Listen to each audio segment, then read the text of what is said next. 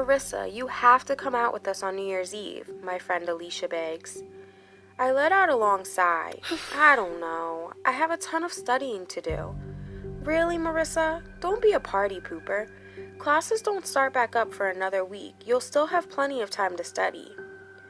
I think about it for a moment. I mean, she's right. But that's not even the real reason I don't want to go. I'm just not the partying type. I get absolutely no enjoyment out of going to them, even if I am with my girlfriends. I'll think about it, I promise her. Okay, but remember, Monica's going to be in town. She's flying in tonight, she reminds me. Monica is one of my best friends from back home in South Dakota. We went our separate ways after graduating high school. She decided to go to college out in California, while I opted to go to school in New York. She's coming to visit for a few days, and she'll be here for New Year's Eve. I'm certain that she'll want to go out and party. She's very outgoing and loves to meet new people. Yes, Alicia, thank you for the reminder. I gotta go. I'll talk to you tomorrow, I quickly say and then hang up. Alicia is another good friend of mine. I met her when I moved out here for school. She attends New York University as well, and she was born and raised here. She introduced me to all of the best places to hang out and the best restaurants to get something to eat. When Monica came to visit me for the first time, I introduced her to Alicia and they immediately hit it off. Now the three of us always find time to hang out and do something together whenever Monica comes to town. I lift the blankets, and just as I'm climbing out of bed, I hear the gentle tapping of raindrops against my bedroom window. Rainy days are usually my favorite kind of days, but boy how I wish I didn't have to leave my apartment today. I would love to just make a nice cup of hot chocolate topped with some whipped cream and watch some TV or read a book. I gently place my cell phone on the desk next to the alarm clock. Then I sit up in bed, stretch, and let out a big yawn before heading to the bathroom to take a shower so that I can start getting ready for work. I usually only work part-time, but I've been picking up as many extra shifts as I can during the time off from school. Christmas this year really put me in a tight spot money-wise. I bought my mom a new mixer because she loves to cook and bake, which cost me around $150. And my dad has been practically begging my mom to get him this watch he's been wanting, but she refused to buy it because he didn't want it to wear. He wanted it more to just show off as part of his collection. So when it went on sale, I decided to get it for him, but it still cost me a pretty penny. And my little sister wanted some new headphones because her last pair just suddenly stopped working. She's been doing so well in school, getting all A's, so of course I thought she deserved the best of the best. So I splurged and decided to get her a pair of Beats headphones in her favorite color, candy apple red. The expression on her face when she opened them on Christmas morning was priceless. I smile every time I think about it. I step out of the shower and head back into my room to get dressed. Once I'm done, I begin to search for my keys. That's when I realize that I forgot to close my curtains. It happens more often than I care to admit. I grew up on a farm out in the country where my closest neighbor lived miles away, so I never had to worry about any creepers peeping through my windows like you do here in the city. I walk over and peer outside. There are rows upon rows of windows across the alley from me. Most you can't even see through because the curtains or blinds are closed, but there are a few that have the curtains or the window itself slightly open. I look down below into the alley. It's empty besides the many dumpsters overflowing with trash. Since pickup day this week fell on the Christmas holiday, they're late picking it up. I'm sure it smells like a dump down there. I make a mental note to grab an umbrella on my way out the door. The rain started out as a drizzle, but now it's picking up speed, falling faster and heavier. I finally locate my keys, then grab my phone and toss them both into my purse. Then I snatch an umbrella and my raincoat from a hanger in the coat closet next to the door. As I leave my building and step out onto the sidewalk, I see that all of the rain has caused nothing but a wet and slippery mess. I debate whether or not I should hail a cab, but decide against it, reminding myself that I'm trying to save money. The bank that I'm working at as a teller is only 2 blocks from my apartment. I move to the other side of the sidewalk so that I'm as far away from the road as possible. As I begin my journey, I see that up ahead, the uneven slabs of sidewalk have a rainbow sheen to them. The closer I get to it, I realize it's all that's left of a kid's hopscotch game. The outline and a few numbers still remain, a ghostly shadow of what it was before the heavy rains began to pound the city. The sky is dominated by dark gray clouds. I keep my eyes focused on my feet, hopping and skipping, trying my best to avoid all of the puddles. When I finally reach the bank, I struggle to get through the door. Once I make it inside, I snap the umbrella closed, releasing a gravity-defying plume of tiny water droplets. I shake my hair to try to gain some life back into my flattened locks. The day drags on, and then at 5 p.m. sharp, I clock out and take a cab to the airport to pick up my girlfriend Monica. She's waiting for me out front with her luggage. When we pull up, she tosses it into the trunk and then slides into the back seat beside me. "Hey girl, it's so good to see you," she tells me, smiling. I give her a big hug, and then the cab pulls off and starts heading back to my apartment. Whenever Monica comes to visit, she always stays with me. I only have a one-bedroom, so she takes the pull-out couch in the living room. "So you're coming out New Year's Eve with me and Alicia, right?" she questions. I shrug my shoulders. Maybe. I have to work that day, so it depends on how tired I am afterwards." "You've got to be kidding. You have all day New Year's Day to sleep. Come on, Marissa, you have to come. I'm only in town for 3 days this time. I'm barely going to see you because you'll be working most of the time." Leave it to Monica to make me feel bad. I glance over at her and she's giving me the puppy dog eyes. I start cracking up. "Okay, fine, I'll come out with you two. But I'm warning you right now, no trying to set me up with any guys." "I swear," she promises. We stop at a nearby Chinese restaurant to pick up some dinner and then take it back to my place. Monica lugs her bags out of the trunk while I grab the food, pay the driver, and head inside. I stop to check the mail, and once I'm done and realize that Monica still hasn't come in yet, I stick my head back out the door and shout her name. "What are you doing?" I see that she's talking to someone. However, I can't see who it is because it's dark and their face is obscured by a hoodie because of the rain. I sit the food down next to the door and walk back to the curb. That's when I recognize the person who's standing there talking to her. He lives in the building next door. I've seen him around a few times. He's very polite. He always stops to say hello, but I can't recall his name. I think it's something like Richie? No, that's not it. Is it Bobby? No, I don't think that's it either. Wait, Billy. Yeah, that's it, Billy. "Hey, Billy," I say, waving. He grins. "Hi, Marissa." "What are you guys talking about?" I ask Monica.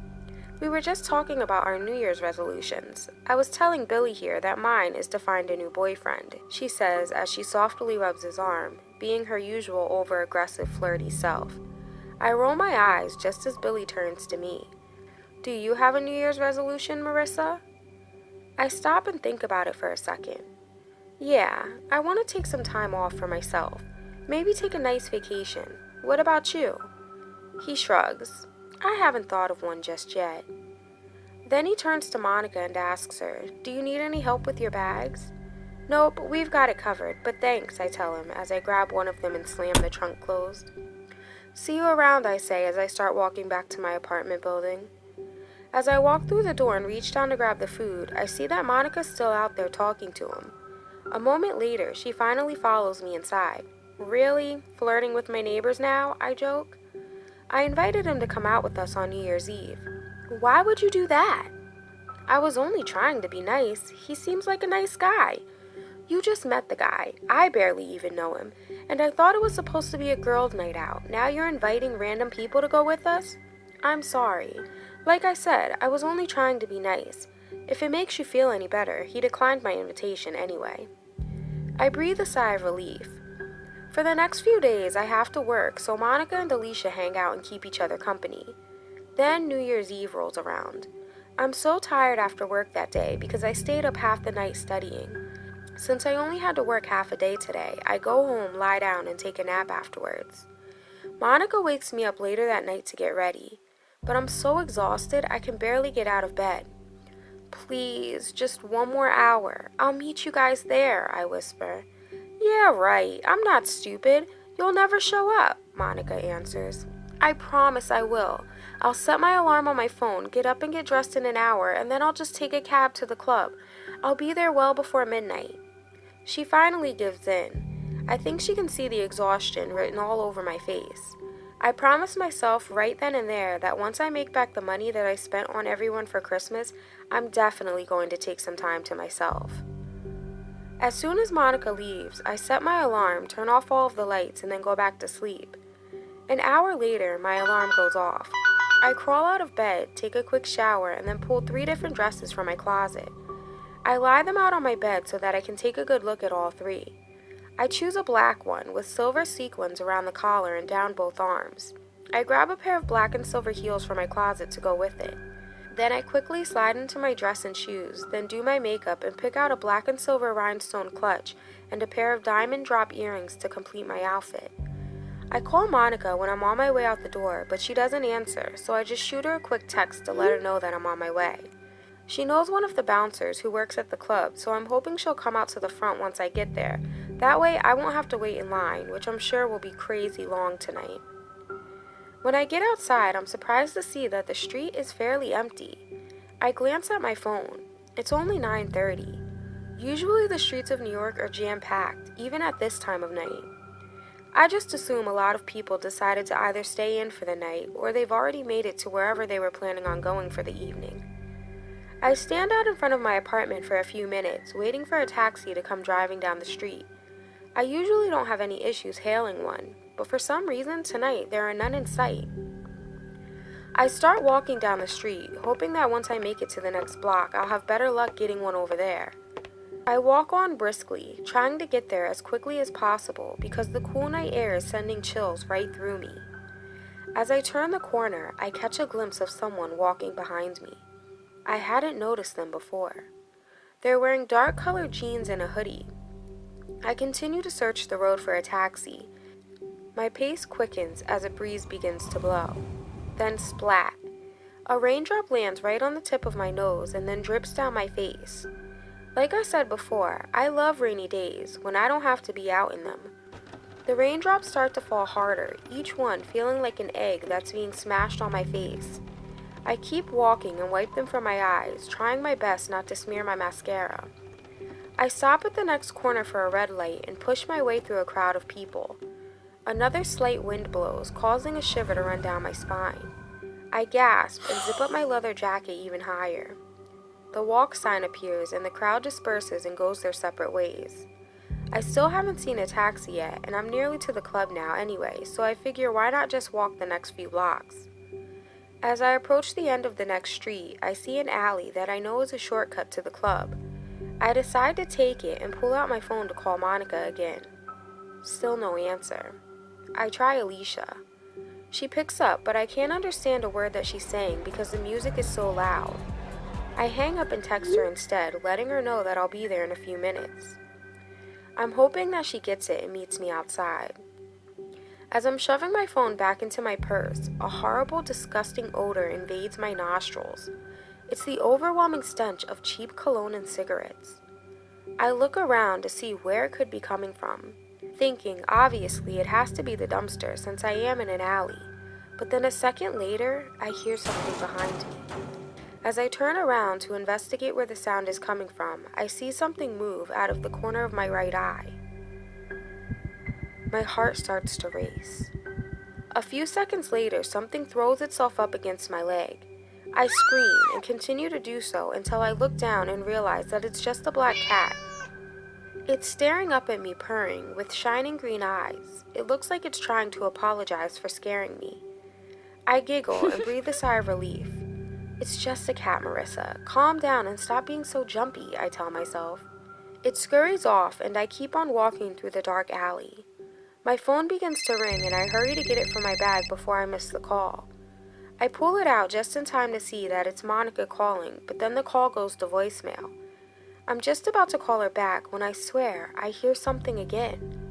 I stop and listen. There it is again. I swivel my head around and come face to face with a pair of cold eyes staring back at me. They belong to my neighbor, Billy. He's wearing dark jeans and a hoodie, just like the person I noticed walking behind me near my apartment. Jesus, Billy, you scared me, I say, placing my hand over my heart. Sorry, Marissa, he says, out of breath. Where are you headed? I question. Just out for a late night stroll, he replies, grinning. Well, I better get going. My friends are waiting for me. I'll see you around. Then I start speed walking through the alley. When I make it to the end, I glance back to see if Billy is gone, but the fog has gotten so thick now it's impossible to see anything. I start walking down the street toward the club. Then I hear heavy footsteps on the pavement behind me. I turn around. "Billy, what are you doing?" Then everything goes black. When I wake up, my head is throbbing so badly that I can barely focus. I try to stand, but everything just keeps spinning. I gently place my hand to the spot on my head where the pain is coming from. My bleach blonde hair is matted with a crimson liquid. I can only guess that it's blood. I blink a few times, and when the black spots I keep seeing finally begin to disappear, I pick myself up off the floor with caution and start limping around to find a way out of this place.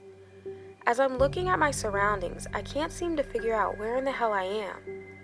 I can hear screams and cheering coming from somewhere in the distance. My only thought is that it must be close to midnight. I start to make my way toward the sound of them when my feet slip out from under me. As I get back up and start to run, I inhale deeper, the cool air shocking my throat and lungs. With each footfall, a jarring pain shoots through my ankle. I think I must have twisted it. I start yelling at the top of my lungs for help until my throat starts to ache. But no response is returned except the sound of a man's sinister laughter. Sweat starts to pour down my face as I frantically search for where it's coming from. Then I see his dark silhouette standing about 4 feet away, just staring at me. "What do you want?" I scream at him. He just continues to stand there, stalking my every move with his callous eyes. His fingers are curled into fists, and dirt is smeared all over his sweaty face. As I'm standing there watching him, he suddenly sprints forward and panic shoots through my entire body. "Please, somebody help me!" I cry as I turn around and begin to run away from him. I don't care what anyone says. Being chased is nothing like in the movies. The stars always look heroic and in command of the situation, but reality is far from that pretty version of running to save your life. I can only imagine what I must look like at this very moment. My face must be flushed, and my expression has to be one of pure panic. My 3-inch heels start to flop off. They're no good to me now anyway, so I kick them the rest of the way off. The cold, damp cement makes contact with my feet as I dart away into the darkness. That's when I finally realize where I am. I'm in some sort of a parking garage. My bare feet slip and I almost tumble over. More time I can't afford. Then I hear him calling my name. I pray for someone, anyone, to walk by and hear my screams. I hear his footsteps getting closer and closer. Exhausted, I wipe the sweat from my forehead before it has the chance to drip into my eyes. That's when I smell him. That same stench of cheap cologne and cigarettes that I smelled in the alley, and then I feel a hand grasp at my dress. My legs fall from beneath me and I collapse to the cold pavement. I try my hardest to get up because I know I must keep going, but before I know it, he's right there. He grabs me and starts to drag me back across the empty parking garage. I stare up at him. The cold look reflected on his face gives me shudders. I slap and pinch at his hands, attempting to get him to let me go, but he just pulls tighter. I hear a phone ringing in the distance. It has to be mine, I think to myself. It must be Monica or Alicia calling to find out where I am. Although I don't know what good it'll do, I start screaming again. The next thing I know, the bottom of his boot makes contact with my face. I feel some of my teeth shift as blood fills my mouth and I start to choke. As he continues to drag me, I look down and see that my arms and legs are all bruised and cut up, and my dress now looks like a rag, all dirty and tattered. As we near the exit to the parking garage, I spot a couple stumbling past, walking hand in hand. I let out a blood-curdling scream, but they don't even seem to notice. They're too drunk. They just laugh and continue to stumble on down the street. My attacker grabs me, lifts me, and then tosses me over his shoulder. I fight back with everything I have. I grab at his face, reaching for his eyes. That catches him off guard, and he drops me. I land on my shoulder and scream in agony. As I struggle to get back up, he approaches me, kneels down, and begins to repeatedly hit me in the face with something heavy and hard. I attempt to scream, however, nothing but the echo of his blows fill the air. Finally, he stops and lifts me over his shoulder once again. As he begins to carry me out of the parking garage, I hear the sound of something metal hit the ground. A moment later, my head hits the ground too. Whatever it was, he's going after it. I leap to my feet, wincing in pain, but I see it before he does, and I race toward it. Once he realizes what I'm doing, he dashes in the same direction, trying to get to it before I do. But I get there first. I pick it up.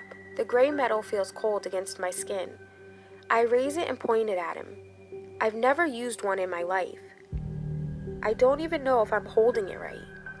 I always thought that cowards used guns to win a fight, but that's far from what I am. I'm a fighter, and I don't want to die. I don't deserve to die. The cheering that I'd heard before gets louder. Then the countdown begins. 10, 9, 8. I pull the trigger once, twice, 3 times. Finally, one of the bullets hits him and he falls to the ground. I don't waste any time. I don't even check to see if he's dead. I just run out of there as fast as I can. 3, 2, 1.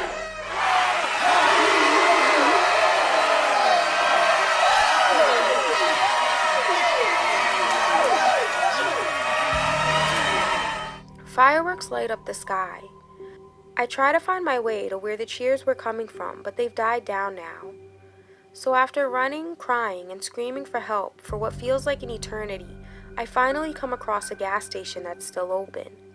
I race inside, and luckily there's an off-duty officer in there. He takes the gun from me and calls for an ambulance.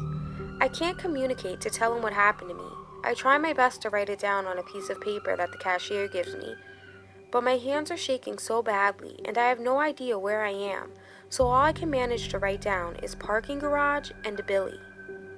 After that, I must have passed out because the next thing I know, I'm waking up in the hospital. Immediately, I notice a huge bouquet of flowers sitting in a vase on the windowsill.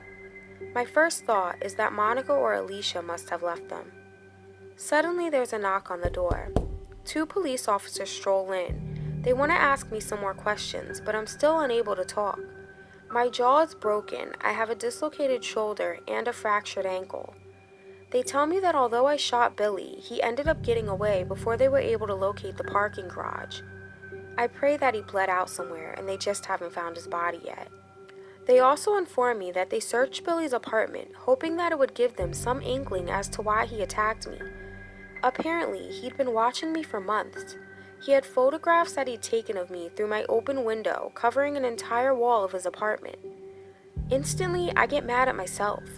I knew it was a bad idea to leave my curtains open. He'd even been following me to work and to school. I'm in total shock. How did I not notice that I was being stalked? The cops leave just as one of the nurses come in to give me my pain medication and check my vitals.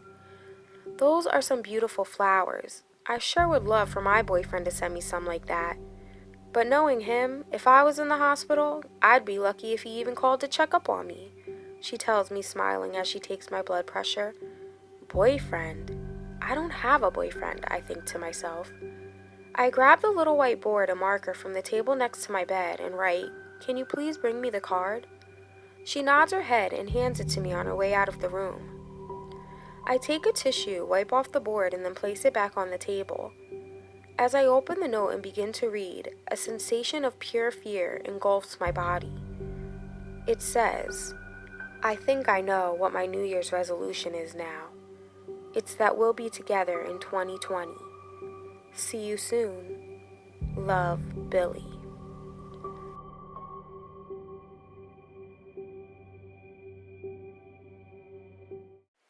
Don't forget to subscribe for new stories weekly. See you next time on Nino's Nightmares. Really? You're supposed to click the like button, not me. Ugh.